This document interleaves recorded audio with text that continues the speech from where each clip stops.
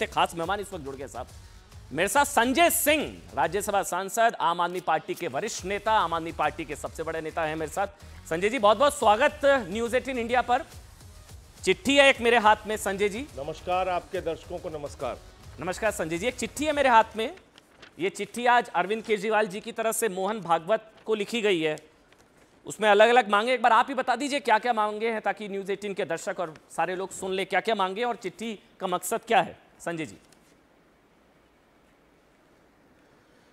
देखिए, ये चिट्ठी जो लिखी गई है वो आरएसएस के जो दावे हैं, राष्ट्रीय स्वयंसेवक संघ जो अपने बारे में खुद कहता है कि वो एक राष्ट्रवादी संस्था है, राष्ट्रभक्त संस्था है, देशभक्त संस्था है, तो ये चिट्ठी उन बातों को लेकर लिखी गई है कि क्या वास्तव में राष्ट्रभक्ति का काम प्रधानमंत्री नरेंद्र मोदी जी के नेतृत्व में भारतीय जनता पार्टी की सरकार कर रही है?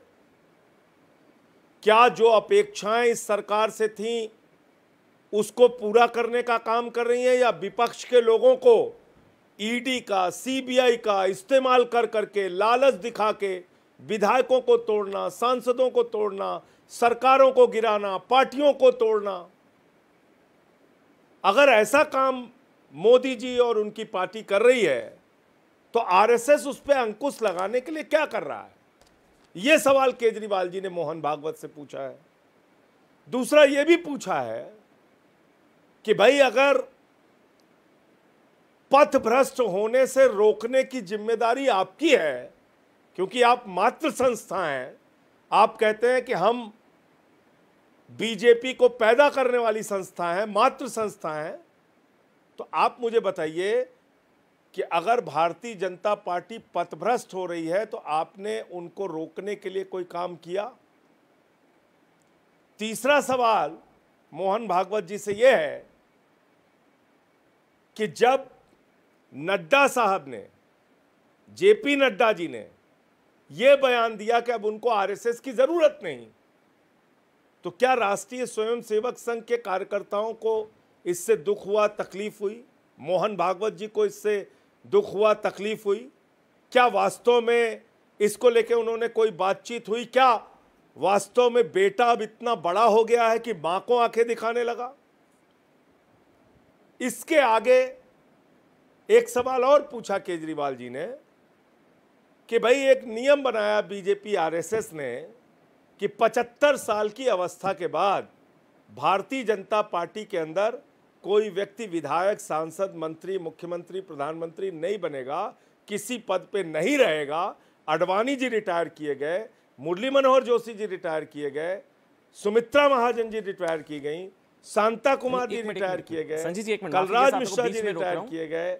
संजय जी, आडवाणी जी तो चुनाव लड़े थे 86 की उम्र में जी, 2014 में, अगर मैं गलत नहीं हूं। नहीं, जब उनका तो 14 में तो मजबूरी थी। 14 में क्या कर लेते?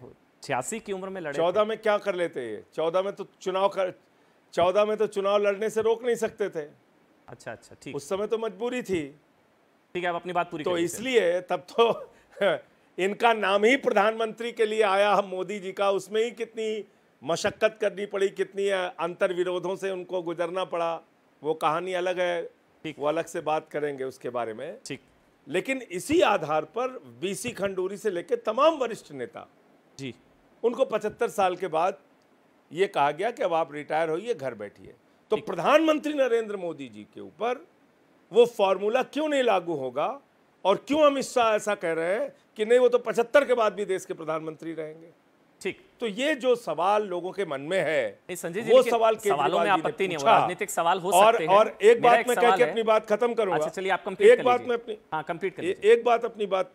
हाँ, तो मेरा ये सवाल है कि जब से केजरीवाल जी ने जंतर मंतर पे सभा करके ये सवाल पूछा है, ना बीजेपी इसके बारे में बोल रही है, ना आरएसएस इसके बारे में बोल रही है। इसका मतलब सवालों में सच्चाई है, सवाल जायज हैं, और बीजेपी और आरएसएस के बीच में एक अंतर विरोध और एक अंतर्द्वंद चल रहा है। इसका एक उदाहरण मैं और देता हूं कि जब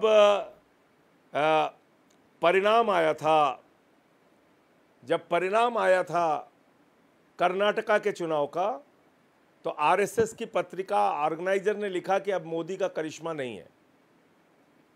तो ये लड़ाई चल रही है।